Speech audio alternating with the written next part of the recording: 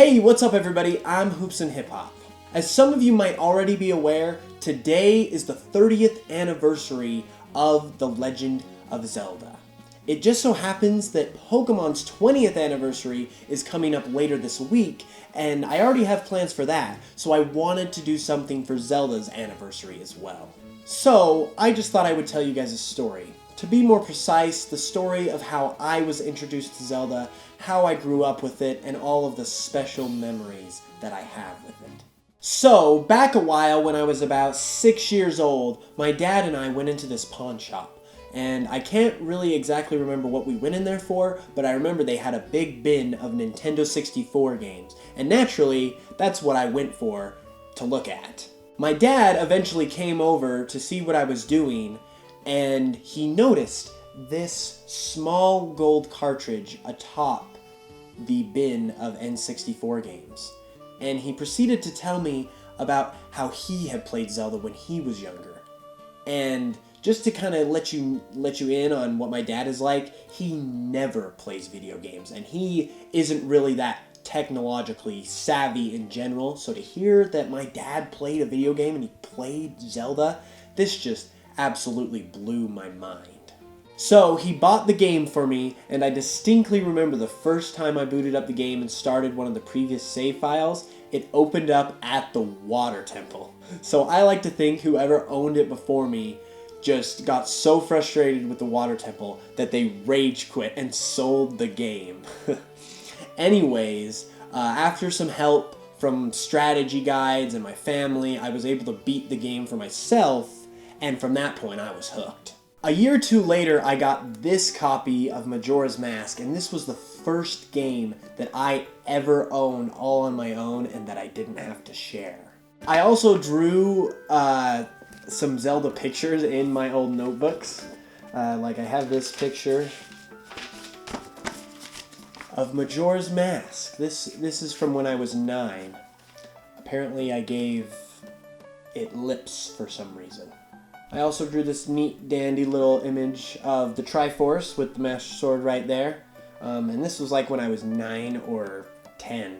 And so I am really proud of myself that I was so into Zelda even way back then. Majora's Mask was actually the hardest game for me as a kid because I could not figure out how to transform back to Human Link from Deku Link. And I had to get a strategy guide in order to actually beat the game. And so several years later after I got the game, I ended up getting the strategy guide for the collector's edition on the GameCube, which I still have, by the way. And to be honest, this thing is torn to shreds. You can see how it's really wrinkly, but this is actually a lot better than it was before. This thing was like completely, like the cover was ripped off, the pages were all bent up, and I spent like a month flattening out all the pages, and I actually sat it under a dictionary and just left it there for like a month, and I was able to fix it up pretty good, but man, this thing has seen some stuff. Another thing about Majora's Mask that I remember is when I finally beat the game for the first time. Like I said, it took me a few years before I was actually able to beat the game, and I had just beaten Majora. Like, I had finally beaten the game after all these years, but right as the final cutscene and the credits were playing, my Boy Scout group came to pick me up for an activity, and my mom made me go! Right in the middle of the cutscene! I never liked Boy Scouts, and it probably was because of that reason. Don't mess with my Zelda. Then, when the Wind Waker rolled around, I kept referring to it as Zelda 3, because the only Zelda games that I knew existed were Ocarina of Time, Majora's Mask, and now Wind Waker. Those were the only ones I was aware of. So, I just kept calling it Zelda 3. From that point on, I was pretty much the point where I am now, where I was just so excited for each new game, and I always used the birthday money that I got to pre-order the newest games. But after high school, right after high school, was when my love for Zelda really started to intensify.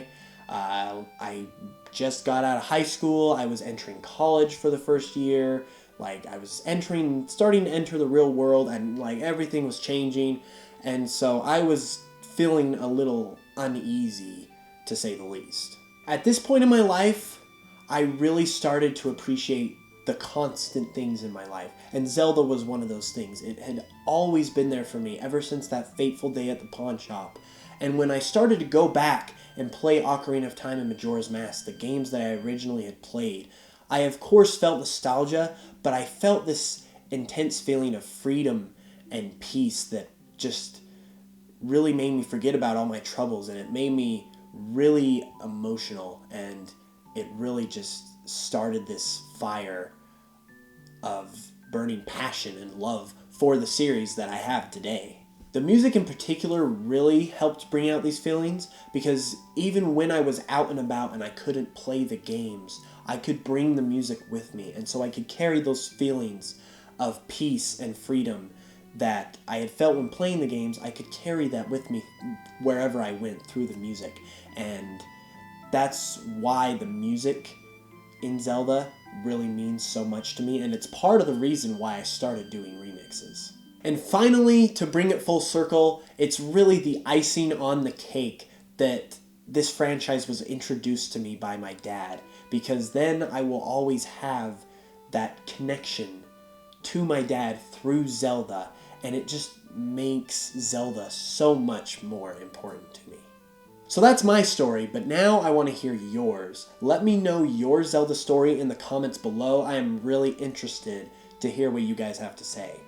And to Shigeru Miyamoto, Eiji Aonuma, Koji Kondo, and everyone else that has worked on the Zelda series over the past 30 years, thank you for this wonderful series. It really has changed my life for the better, as I'm sure it has for millions of other people across the world. Thank you. And to you guys, thanks for watching the video. I'll catch you in the next one.